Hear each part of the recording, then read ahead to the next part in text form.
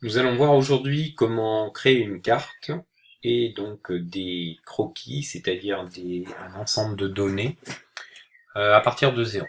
Donc la première chose à faire, bien entendu, c'est de se connecter à Géoportail, puis ensuite de se connecter à son compte, donc identifiant et mot de passe.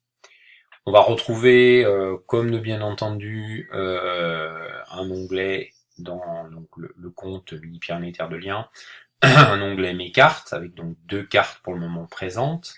La carte bac à sable, qui est une carte d'essai, c'est-à-dire sur laquelle on peut dessiner, etc., qui n'aura pas d'incidence sur les cartes qui peuvent être utiles, comme par exemple Clérac, etc. Et puis donc la carte de Clérac. Voilà. Dans mes données, on retrouve donc deux croquis selon l'appellation Géoportail, c'est-à-dire deux ensembles de dessins qui ont été regroupés et qui vont nous servir à constituer une carte. Voilà. Donc là, le propos n'est pas de reprendre une carte existante pour la modifier, mais bien de partir de zéro. Donc je vais aller dans l'onglet représenté par la petite clé à molette qui donc rassemble tous les outils. Donc quatre panneaux, outils principaux, mesures, importer des données, signer une anomalie dans les données. Donc bien évidemment, on va prendre dans les outils principaux, annoter la carte. Et là, le panneau se déploie, et donc on a deux types d'outils. Ça, c'est important de bien maîtriser cette notion-là, les outils de création et les outils d'édition. C'est-à-dire qu'une fois qu'on aura créé quelque chose, eh bien, on va pouvoir ensuite modifier avec ces quatre outils qui sont là-dessous. En dessous aussi, vous voyez qu'il y a déjà un nom de croquis, Clérac Parcelle, donc ce qui signifie que si je fais enregistrer, toutes les modifications que j'apporte ici seront enregistrées dans ce croquis-là. Donc là, c'est pas le but, c'est donc de repartir de zéro. Donc, je vais tout simplement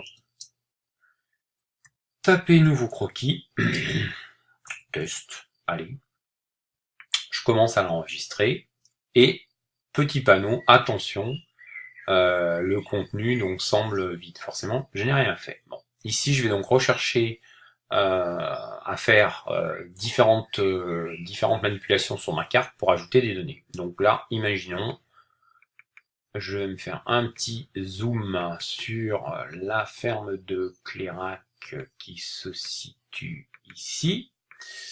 Et je vais, disons, utiliser les outils polygone, enfin l'outil polygone, pour tracer les contours d'un bâtiment. Donc là, au centre de l'écran, que je vais grossir encore pour avoir plus de précision, la bergerie. Donc je vais cliquer sur mon outil de création de polygone, et vous voyez que mon curseur s'est légèrement modifié. Au bout de ma flèche, j'ai un petit point orange. Donc je vais chercher les angles. Vous voyez que je peux donc bouger tant que je n'en reclique pas, le segment de droite suit le bout de ma flèche. Donc là, je vais aller chercher l'angle dans lequel je vais positionner mon deuxième repère, ma deuxième balise. Puis ensuite ici, alors idem, ici vous voyez que je peux bouger tant que je clique pas, rien ne se passe. Alors ça peut être pratique pour la raison suivante, c'est-à-dire que, imaginons que je ne sois pas à la bonne échelle, ou que j'ai besoin de déplacer ma carte parce que, pour des raisons X ou Y, je n'ai pas l'ensemble de mon bâtiment sur mon écran, ou la parcelle est un peu biscornue, il m'en manque un morceau à l'écran. Je peux tout à fait, en cliquant et en glissant, déplacer le contenu de ce que je vois à l'écran, sans toutefois avoir une incidence sur le placement de mon repère. Donc ça, c'est important. De la même manière, je vais pouvoir aller sur les outils qui sont à gauche, le plus et le moins, pour zoomer ou dézoomer. Tant que je n'ai pas cliqué sur mon bâtiment, rien ne se passe. Donc, je positionne mon deuxième point. L'élastique continue à suivre ma flèche. Ici, puis ici. Et là, comme je termine mon Quel dessin. type d'établissement recherchez-vous? Petit souci technique. Je vais double-cliquer. Voilà. Donc, à l'avant-dernier point. Là, je mets ma description, bergerie, et j'enregistre. Voilà.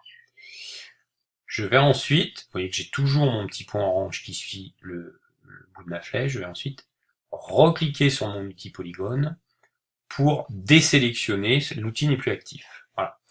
Ensuite, autre outil, un outil positionnement de repère. Là, c'est pas compliqué, on clique et une fenêtre s'ouvre pour ajouter un descriptif. Donc on peut très bien positionner des espèces de petits repères comme ça pour montrer quelque chose, surtout quand on est à une échelle importante ou au contraire trop éloignée.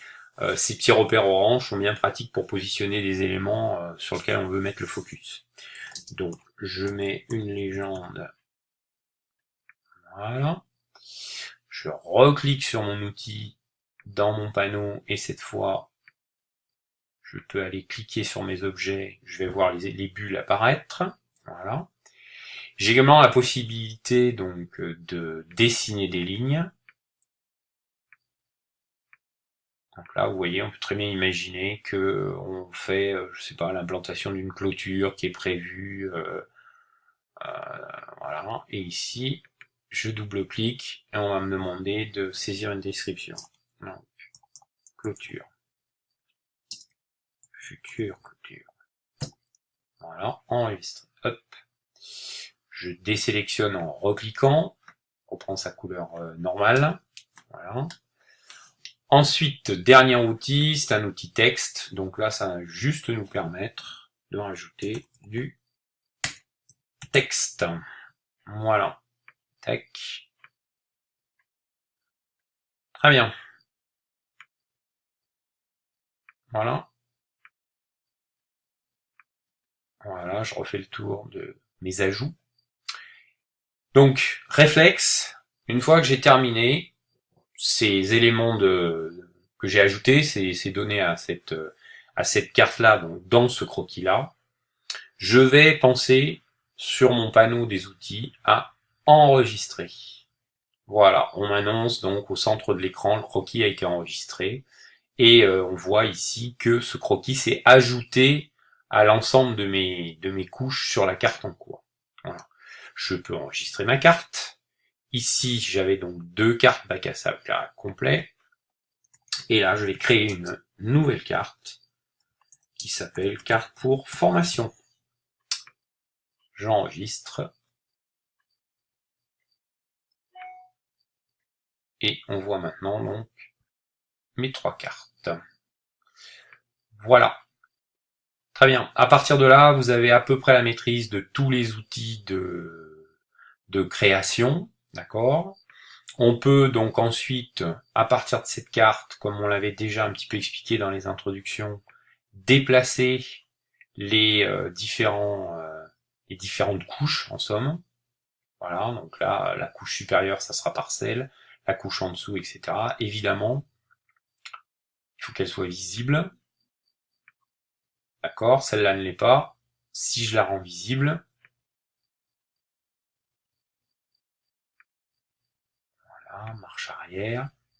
Vu que mon croquis se trouve en dessous de la photographie aérienne, dans l'ordre des strates haut vers le bas, supérieur jusqu'à inférieur, on ne la voit plus. Donc si je veux la voir, il faut bien entendu la remonter à l'étage numéro 1. D'accord? Voilà le concept. Voilà. De nouveau, j'ai fait des modifications. Ici, j'ai enregistré ma carte. Et c'est très bien comme ça. Voilà. Ensuite, si je veux donc modifier des choses, donc ici pour le moment je suis toujours sur la carte en cours qui est donc ma carte de formation, j'ai des éléments que j'ai rassemblés dans le croquis qui s'appelle nouveau croquis test. Je veux par exemple enlever des éléments qui ne m'intéressent plus comme le texte qui se promène ici, la clôture ou etc. Je ne vais pas aller dans cette partie-là où on retrouve les outils de création, mais je vais d'abord bien penser, parce qu'en fonction de ce qu'on fait, on n'est pas toujours au bon endroit, je vais bien penser à aller dans mon croquis, donc nouveau croquis test en l'occurrence, et cliquer sur éditer le croquis. Donc là, automatiquement, les outils de création et d'édition reviennent, et on est sûr qu'on est bien en train de modifier le croquis sur lequel on a cliqué. Donc là, on passe dans les outils d'édition. La petite croix, c'est suppression d'objet. Imaginons que je veuille supprimer mon repère orange. En cliquant dessus, je l'enlève. Si je veux ensuite modifier du texte, des bulles, etc., qui sont liées aux objets, je prends donc le petit outil qui s'appelle donc modifier les textes infobulles. En cliquant, j'édite le texte qui se trouve dans l'infobulle, puisque là c'est sur un objet. Donc là je vais rajouter ferme n'importe quoi, enregistrer mon texte, d'accord, là je peux éditer le texte, et de la même manière j'avais entré clôture future, voilà. Ensuite, l'outil palette, à quoi sert-il? Ben, tout simplement à modifier le style de l'objet. Donc là j'ai cliqué sur la bergerie, sur le polygone que j'avais dessiné par-dessus, et je vais pouvoir modifier les couleurs de traits, je vais pouvoir modifier l'épaisseur du trait, et je vais pouvoir modifier donc la couleur de remplissage. Voilà. Alors, seul inconvénient, on n'a pas de palette, c'est-à-dire qu'il faut rentrer des codes couleurs, qui sont donc des codes qui correspondent à des codes HTML du langage de l'Internet. Donc c'est un petit peu fastidieux pour ça. Voilà. Donc là j'ai simplement grossi le trait. Si je veux changer la couleur, il va falloir que je connaisse le bon code. Alors on peut le trouver facilement sur Internet. Voilà, là j'ai mis du rouge. Tac, et donc l'objet se transforme. Dernière chose, ce petit outil-là, c'est un outil d'édition. Alors par exemple, d'édition des polygones. Donc l'angle de mon bâtiment n'est pas au bon endroit. Je vais pouvoir revenir dessus et reprendre mon tracé. Modifier. Celui-là est pas tout à fait dans l'angle. De la même manière, vous voyez que je vais pouvoir le remodifier. Pour arrêter tout ça, je reclique sur l'outil. Il est désélectionné, il est plus actif. Voilà. Terminé, j'ai fini toutes mes modifications, je pense à enregistrer. Voilà, et de nouveau, une petite alerte, le croquis a été mis à jour. Voilà, c'est tout pour le moment, on a vu à peu près tous les outils de création et donc d'édition. Évidemment, plus on va avoir d'objets sur un croquis, plus ça risque d'être compliqué à gérer parce que ça superpose les traits également et tout. Mais c'est parfaitement jouable avec un petit peu de pratique. Voilà, cette vidéo est terminée.